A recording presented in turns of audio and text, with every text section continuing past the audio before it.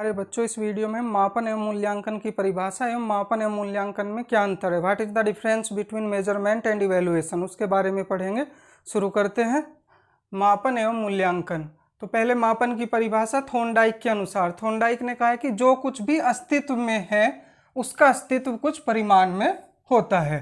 According to Thorndike, anything that exist at all exist in some quantity, यानी जो कुछ भी, अगर किसी चीज का अस्तित्व है तो उसका कुछ ना कुछ परिमाण है, यानी उसे मेजर किया जा सकता है। जैसे ये मार्कर ही है, ये अस्तित्व में है तो इट कैन बी मेजर। तो ये आपकी मापन की परिभाषा दी थी थॉर्नडाइक ने। अब मूल्यांकन की है, इवेल्युएशन की, डांडेकर के अनुसार मूल्यांकन हमें यह बताता है कि बालक ने किस सीमा तक किन उद्देश्यों को प्राप्त किया है। यानी according to Dandekar, evaluation may be defined as a systematic process of determining the extent to which educational objectives are achieved by pupils। तो यहाँ पे कि किस सीमा तक किन उद्देश्यों को किस सीमा तक प्राप्त किया गया है, ये मूल्यांकन में आता है, इवेल्युएशन में। यानी measurement plus value judgement, that will be your evaluation. अगर मेजरमेंट के साथ वैल्यू जजमेंट भी ऐड कर दिया जाए तब आपका मूल्यांकन बनता है इवेल्युएशन। अकेले मेजरमेंट के बेस पे इवेल्युएशन नहीं हो सकता, मेजरमेंट प्लस वैल्यू जजमेंट, तो ये आपका इवेल्युएशन बन जाता है। तो ये तो दोनों की परिभाषा थी मापन एवं मूल्यांकन की। अब दोनों में मापन और मूल्यांकन में क्या अंतर है, बहुत इंपॉर्टेंट क्वेश्चन है, कितनी जगह आता है।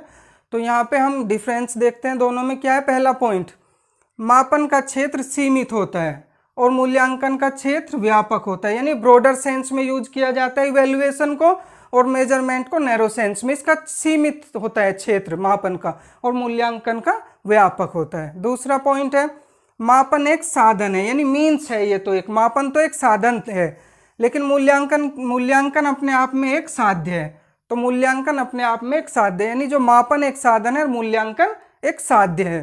थर्ड पॉइंट पे आते हैं, मापन पाठ्य वस्तु केंद्रित होता है, कंटेंट सेंटर्ड होता है ये, और मूल्यांकन उद्देश्य केंद्रित, यानी ऑब्जेक्टिव सेंटर्ड होता है ये। वो मूल्यांकन आपका उद्देश्य केंद्रित है और मापन पाठ्य वस्तु केंद्रित है, कंटेंट सेंटर्ड। थर्ड पॉइंट है, मापन के द्वारा तुलनात्मक अध्ययन संभव नहीं है, यानी आप कंपेयर नहीं कर सकते दो चीजों में मापन के बेस पे, और मूल्यांकन द्वारा तुलनात्मक अध्ययन किया जा सकता है। इवेल्युएशन के बेस पे आप कंपेयर कर सकते हो। नेक्स्ट पॉइंट है फिफ्थ, मापन किसी छात्र के संबंध में स्पष्ट धारणा व्यक्त नहीं करता, यानी मापन के बेस पे आप किसी छात्र के विषय में स्पष्ट क्लियर कट भी नहीं कह सकते कि अच्छा या बेकार है, कोई स्पष्ट धारणा नहीं बना सकते। मूल्यांकन के आधार पर किसी छात्र के विषय में स्पष्ट धारणा बनाई जा सकती है कि उसका लेवल क्या है, क्लास में क्या पोजीशन है, तो वो क्लियर कट हो सकता है on the basis of evaluation. Next point है सिक्स्थ आपका, मापन में अधिक श्रम व समय की आवश्यकता नहीं होती, यानी मेजरमेंट में ज़्यादा समय और श्रम नहीं लगता, जबकि मूल्यांकन में अधिक श्रम व समय की आवश्यकता होती है। इवेल्युएशन में ज़्यादा टाइम भी ज़्यादा लगता है, मेहनत भी ज़्यादा लगती है, मेजरमेंट में कम लगती है।